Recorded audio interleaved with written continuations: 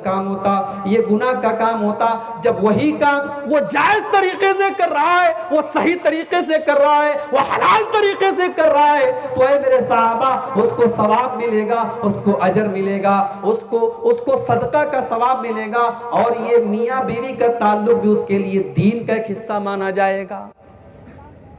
ये है मेरे नौजवान भाइयों हमारे दीन की स्पेशलिटी, हमारे दीन की विशेषता, कि हमारे दीन ने दुनिया के कामों को भी, अगर हम अल्लाह को राजी करने के लिए कर रहे हैं, तो दुनिया के काम भी, हमारा व्यापार, हमारा माता पिता के साथ अच्छा सलूक करना, हमारा बच्चों को पालना पोसना, हमारा बीवी का, यहां तक अल्लाह के नबी कहते हैं अपनी बीवी के मुंह में जो तुम खाना खिलाते हो उसको, अपनी बीवी को जो तुम अपने बीवी के मुंह में जो लुकमा डालते हो उस पर भी तुम्हें सवाब मिलेगा। आज व्हाट्सएप पर एक सवाल मेरे पास आया, एक साहब ने एक हदीस भेजी, कहा मौलवी साहब जरा चेक करके बताइए ये हदीस सही है या ज़ईफ है। हदीस क्या थी? हदीस ये थी कि अगर कोई पति अपनी पत्नी के घरेलू कामों में उसकी मदद करे, बीवी खाना बना रही है, मछली फ्राई कर रही है, जाके फ्राई करवा रहा है, बीवी पोछा लगा रही है, जाकर के कहता हटो मैं पोछा लगा देता हूं, घर के कामों में जो बीवी की मदद करे उसको 1 साल की इबादत का सवाब मिलता है। हदीस का हवाला आगे लिखा था बुखारी शरीफ। अब किसी ने व्हाट्सएप करके पूछा मौलवी साहब इस हदीस के बारे में बता दो। मैंने चेक किया, बुखारी में ऐसी कोई हदीस नहीं है। मैंने कहा मेरे भाई, शौहर अपनी बीवी के घर के कामों में उसकी मदद करे, पति अपनी पत्नी की मदद करे, ये तो अच्छी बात है, ये सवाब का काम है, मगर ये हदीस जो आप पेश कर रहे हैं ये गलत है, ये ज़ईफ है, ये मौजू है, ये मनगढ़ंत, ऐसी कोई हदीस मौजूद नहीं है। हाँ, अगर आप मुझसे ये पूछेंगे कि अल्लाह के नबी का तरीका क्या था, तो अल्लाह के नबी का तरीका यही था। अम्मा आयशा फरमाती हैं जब अल्लाह के नबी अपने घर में होते थे, यकूनु फी मेहनति अहलिही, अल्लाह के नबी अपने घर के कामों में अपनी बीवियों का हाथ बटा दिया करते थे, अपनी फैमिली का सपोर्ट किया करते थे, अपने घर वालों का सपोर्ट किया करते थे। मैंने कहा ये नबी की सुन्नत है। आप घर में अगर फ्री हैं, एक है कि भैया आप बिजी हैं, बिजनेस पे गए हैं, जॉब पे गए हैं, वो अलग बात है, संडे का दिन है, आप फ्री हैं, घर में हैं, बीवी बेचारी वो घर के कामों में बिजी है, आप अगर उसके काम में सपोर्ट करेंगे ये अच्छा काम है, ये नबी की सुन्नत है, इसमें कोई शर्म की बात नहीं। बहुत सारे लोग कहते हैं नहीं मैं बीवी का कोई काम नहीं करूंगा वरना लोग मुझे जोरू का गुलाम कहेंगे। अगर ये जोरू का गुलाम होना है तो मेरे भाई नबी अकरम सल्लल्लाहु अलैहि वसल्लम ने ये काम किया है, ये नबी की सुन्नत है, इसको तुम गलत मत समझो। तो नौजवानों अपनी जिंदगी के मकसद को समझो और टाइम की कदर करो। फेसबुक के ऊपर लगे हैं, मैंने अपनी फोटो डाली तो देखे कितने लोगों ने लाइक किया, कितने लोगों ने उस पर कमेंट किया। अब तो लड़कियां भी फोटो डाल रही हैं अपनी।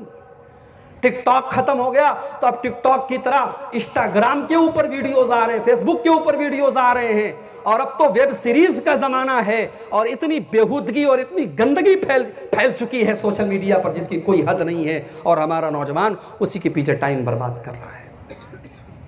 एक बात बताऊं मेरे भाई, जिंदगी का 1 मिनट भी अगर बर्बाद हो गया वो वापस नहीं मिलेगा।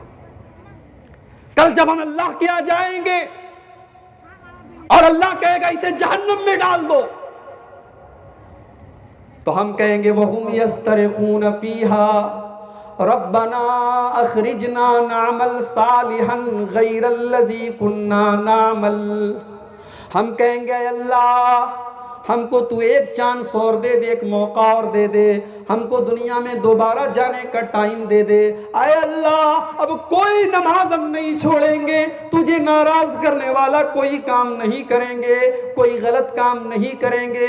अल्लाह ताला आवाज देगा अवलम नुअम्मिरकुम मा यतज़क्करु फीही मन तज़क्कर वजाअकुमुन नज़ीर। मेरे बंदे मैंने तुझे 60 साल की, 50 साल की, 40 साल की जिंदगी दी थी, मैंने तुझे पूरा पूरा समय दिया था, तूने समय का सही उपयोग नहीं किया, सही इस्तेमाल नहीं किया।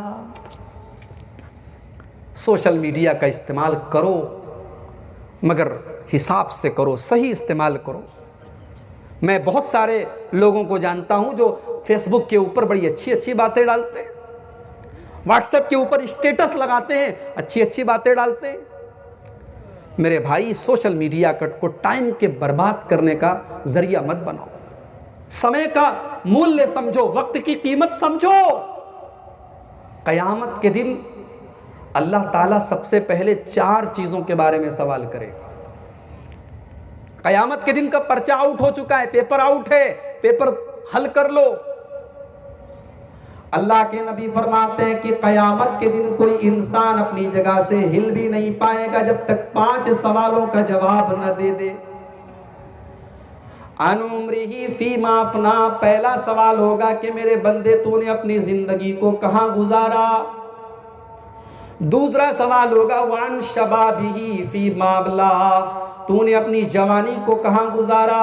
20 साल से लेकर के 40 साल का पीरियड तूने कहां गुजारा। लड़कियों से भी पूछा जाएगा, लड़कों से भी पूछा जाएगा, तेरी जवानी कैसी गुजरी, तेरी जवानी कहां गुजरी, तू अपनी जवानी का हिसाब दे। पूरी जिंदगी का हिसाब अलग हो रहा है और जवानी का हिसाब अलग हो रहा है। और तीसरा सवाल वान मालिही मिन ऐन इक्तसबहू, मेरे बंदे हमने तुझको जो माल दिया था तूने माल कहां से कमाया। कहीं ऐसा तो नहीं कि जुआ खेलता था, आईपीएल का मैच हो रहा था तो सट्टा लगा रहा था, तो सूद पर लोगों को कर्जा दिया करता था, तो इंटरेस्ट से पैसा कमाया करता था। वान मालिही मिन ऐन इक्तसबहू, तू पैसा कहां से कमाया करता था। आज हमारे नौजवान पैसा आना चाहिए, अफीम का कारोबार करें, चरस का कारोबार करें, सूद पर कर्जा लें, सूद पर कर्जा दे, बस पैसा आना चाहिए। नहीं मेरे भाई, अगर ऐसा पैसा आ भी गया तेरे घर में, हो सकता है तेरी बिल्डिंग बन जाए, हो सकता है तेरा बैंक बैलेंस बढ़ जाए, हो सकता है तेरी दुनिया बन जाए, मगर आखिरत तो तेरी तबाह हो जाएगी। तेरे बच्चों के शरीर में हराम का पैसा खून बन करके दौड़ेगा, तो दुआएं करेगा, तेरी दुआएं कबूल नहीं होंगी। अल्लाह के नबी फरमाते हैं, एक आदमी लंबा सफर कर करके आता है, उसके कपड़े भी गंदे हो जाते हैं, उसके बाल भी बिगड़ जाते हैं। वो हाथ उठा उठा करके अल्लाह के घर में आकर के दुआ करता है, आय अल्लाह मेरी ये दुआ कबूल कर ले, अल्लाह मेरी ये दुआ कबूल कर ले। व मतअमुहु हरामुन व मशरबुहु हरामुन व गुज़िया बिल हराम, लेकिन उसका खाना हराम कमाई का होता है, उसका पानी हराम कमाई का होता है, उसकी परवरिश हराम कमाई से होती है। अल्लाह के नबी फरमाते हैं फ़अन्ना युस्तजाबु लिज़ालिक, ऐसे इंसान की दुआ कहां से कबूल हो सकती है, ऐसे इंसान की दुआ कबूल नहीं होगी, नहीं होगी दुआ। तुम तहज्जुद पढ़ो, नहीं कबूल होगी। तुम सजदे कर करके गिड़गिड़ाओ, नहीं कबूल होगी, क्योंकि तुम हराम कमा रहे हो, तुम सूद कमा रहे हो, तुम जुआ खेल रहे हो। पैसा कमाओ मेरे भाई, हलाल तरीके हजारों हैं, हराम से अपने आप को बचाओ। अल्लाह के नबी कहते हैं तीसरा सवाल किया जाएगा, तूने पैसा कहां से कमाया। चौथा सवाल किया जाएगा वफीमा अनफकहू, तूने पैसा कहां पर खर्चा किया। कहीं ऐसा तो नहीं तू ड्रग्स और नशे का आदी हो चुका था। मुझे मालूम है कलियाचक के अंदर ये गंदगी आ रही है। अभी कल मेरे पास फोन आया था बंबई की एक लेडी का, एक खातून का, रो रही थी वो। कहा मौली साहब मेरा शौहर ड्रग का, लॉकडाउन के दौरान कारोबार बंद हो गया, नौकरी बंद हो गई, शौहर घर में बैठा रहता था, ड्रग्स लेने लगा है। और बंबई के अंदर कोई ड्रग वहां पे चलता है जिसका नाम है MD, बहुत ही खतरनाक किस्म का नशा है। वो औरत रोते हुए कहती है कि मौली साहब मेरा शौहर नशे का आदी हो चुका है और एक एक दिन में 10-10 हजार का नशा कर लेता है। घर आकर के मेरे जेवरात उसने बेच दिए, घर के सामान उसने बेच दिए, बैंक बैलेंस उसने खाली कर दिया है। मौलवी साहब थोड़ा सा पैसा मैंने बचा करके संभाल करके रखा है, अब वो आकर के मुझसे पैसा मांगता है। मैं झूठ बोलती हूँ कि मेरे पास पैसा नहीं है, तो वो धमकी देता है कि तू मुझसे झूठ बोल रही है, तू अल्लाह ताला के यहाँ पकड़ी जाएगी, तू शौहर से झूठ बोल रही है।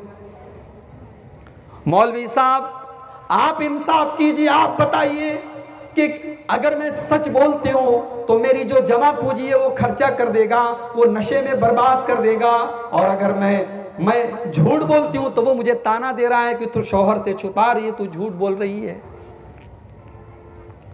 मैंने कहा, मेरी बहन, सबसे पहली बात तो ये कि इस्लाम में झूठ बोलना बहुत बड़ा पाप है, मगर झूठ कभी कभी जायज़ भी होता है। मिसाल के तौर पर मेरा किसी से झगड़ा हो गया, अब मैं उसको बुरा कह रहा हूं, वो मुझे बुरा कह रहा है। आपको पता लगा कि अब्दुल गफ्फार साहब का फलां साहब से झगड़ा हो गया है। अब आप चाहते हैं कि अब्दुल गफ्फार साहब उस आदमी से मेल कर लें, उससे झगड़ा खत्म कर लें, उससे सुलह कर लें। अब आप मेरे पास आते हैं, कहते हैं, अरे मौलाना साहब, अरे आप फलां से बात क्यों नहीं करते? अरे हटाओ यार, उसकी बात मत करो, बहुत बड़ा वो कमीना है, ये है, वो है। मैं बुरा भला कहने लगा उसको। अब आप झूठ बोल रहे हैं, आप कह रहे हैं, अरे मौलवी साहब, वो तो आपकी बड़ी तारीफ करता है, कहता है अब्दुल गफ्फार साहब तो बहुत अच्छे इंसान है। अब आपने झूठ बोला मेरे सामने, उसकी तारीफ कि उसके मुंह से मेरी तारीफ करवा दी आपने। फिर उसके पास आप गए और कहा कि अरे अब्दुल गफ्फार साहब तो तुम्हारी बड़ी तारीफ कर रहे थे, उससे भी आपने झूठ बोला। झूठ बोल करके आपने दो दोस्तों को मिलाया, दो लोगों की दुश्मनी खत्म कर दी, दो बिछड़े हुए लोगों को मिला दिया। अल्लाह के नबी कहते हैं, लईसल कज़्ज़ाबुल लज़ी युस्लिहु बैनन नास। अगर झूठ बोलने से बिछड़े हुए लोग मिल जाएं, अगर बिगड़े हुए घर बन जाएं, अगर रिश्ता टूटने से बच जाए, तो ऐसा झूठ बोलना ये पाप नहीं है, ये गुनाह नहीं है। मैंने उस औरत को यही हदीस पढ़ के सुनाई। मैंने कहा, झूठ बोलना पाप है, मगर अगर झूठ बोलने से अगर उससे बड़ा कोई पाप खत्म हो रहा है तो झूठ बोला जा सकता है। मैंने कहा, आपका शौहर अगर नशा कर रहा है तो आप इस तरीके से झूठ बोल करके अपना पैसा बचा सकते हैं। पैसा